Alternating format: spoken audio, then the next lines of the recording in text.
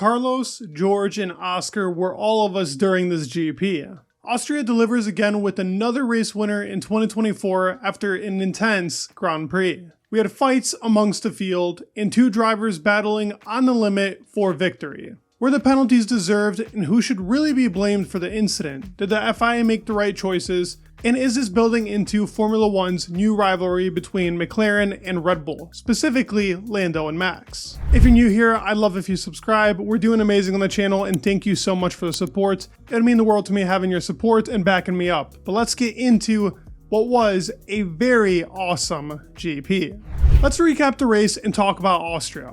To start the race, everybody was on mediums, which is a first. You don't usually see that amongst the strategy, but every team was thinking the same idea. It seemed like it was going to be a medium hard medium or two mediums to a hard for the strategy, and every team saw that as the best strategy going into this GP. Lap 1 starts pretty clean with the exception of Leclerc and Piastri making contact.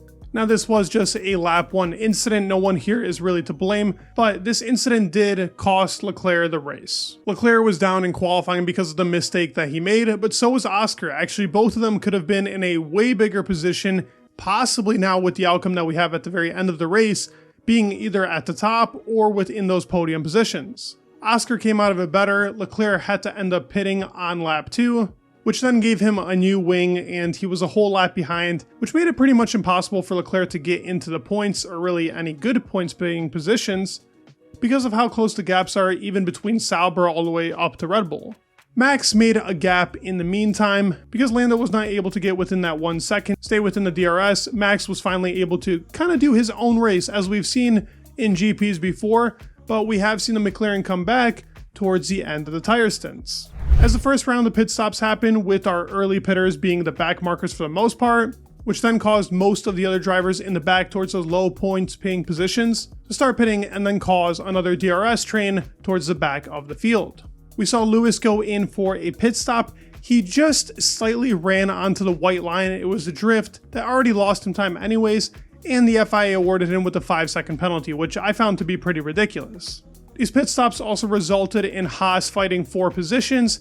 K-Mag ended up coming out in front of Nico because of this, but Nico got back ahead of him on an overtake, and the team kind of told him to settle down, save their tires, but Kevin wasn't really having much of it. They did end up getting in a great position by the end of the GP, but the battle was pretty fun to watch. It was very clean amongst teammates. There wasn't no drama amongst the two, honestly, between the battles. With these first round of pit stops, when Max and Lando pit at the very same time, they do come out around the same gap, which is about a 6.5 to 7 second gap. This stays steady within this first pit stop. This is kind of where the race was stagnated. There wasn't too much action happening amongst the field, with the exception of the back markers. There was always racing towards the back, but Max and Lando being in the lead, there wasn't much drama or action happening, but we are building up to that.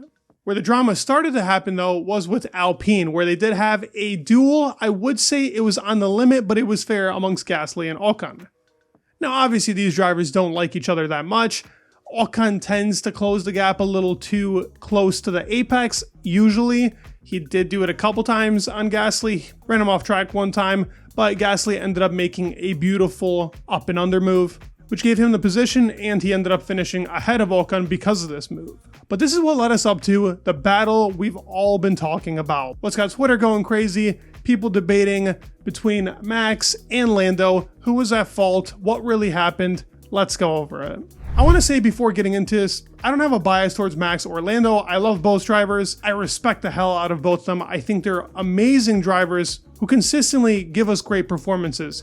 Lando definitely has a fire under his feet now, considering what happened in the last sprint just now in Austria and the GPs before, like Imola, like your Canada, even Spain, where the McLaren car was the stronger car, but Max ended up coming out victorious.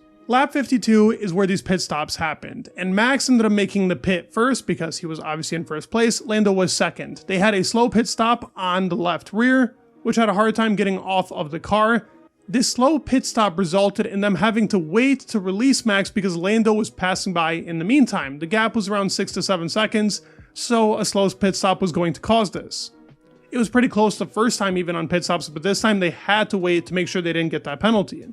Lando gets a great pit stop. The gap ends up becoming about 2 to 3 seconds now because Max had to wait up so long. Both drivers had to maneuver around traffic. They had to make their way around the back markers, which ended up resulting in both of them losing time to each other, but then also gaining time depending on where they got the DRS and how easy it was to make this maneuver around the lap.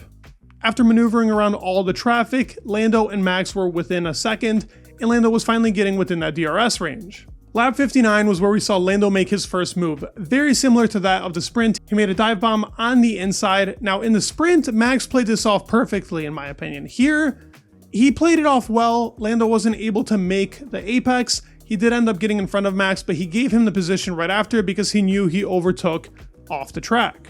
But then we got the notification from the FIA that Lando was getting investigated for track limits. We don't know where those spots are. If I had to assume, it'd probably be turn 6. That's where most drivers were getting it because they were pushing the limit there right before the gravel. You can make that turn without hitting the gravel.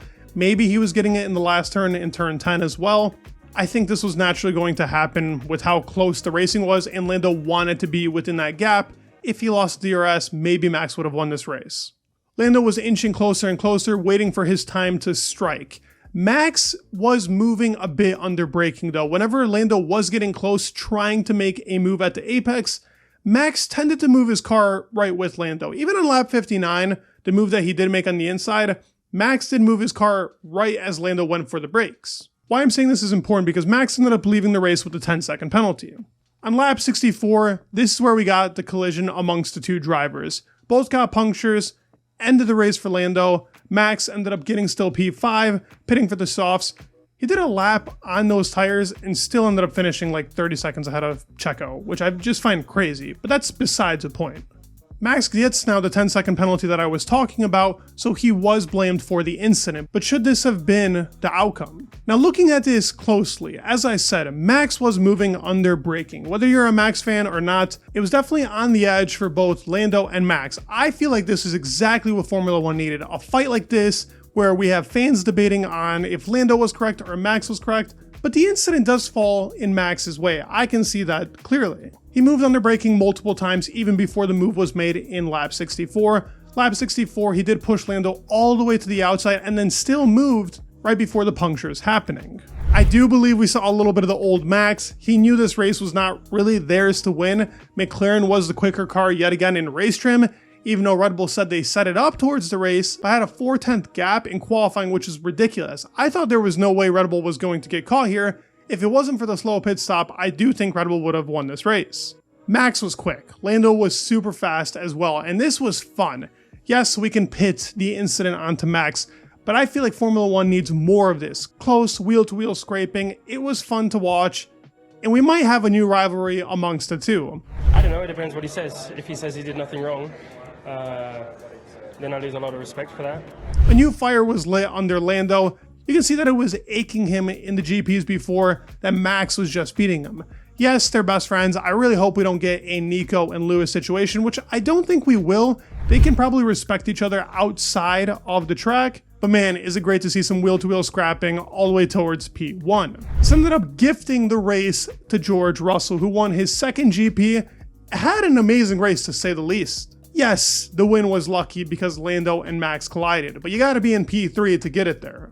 He stayed ahead of Oscar, he stayed ahead of Carlos, he did exactly what he needed to do, was super good on his tires, and had a very clean race. He made some nice overtakes as well, and the Mercedes team was on it. Yes, they were only like 12-13 seconds behind Max and Lando even in the time of that collision.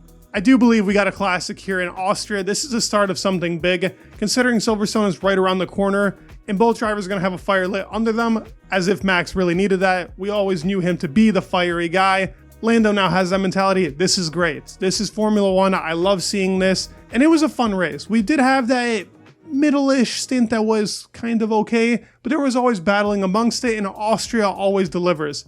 Beautiful race. I hope we see more of this, but next time a little bit cleaner. Who do you guys think was at fault? Let's be respectful. We all love this sport. We all love these drivers. So let's talk about it normally in the comments. Let me know your thoughts down in the comments below. Please leave a like and subscribe. It would mean the world. And peace.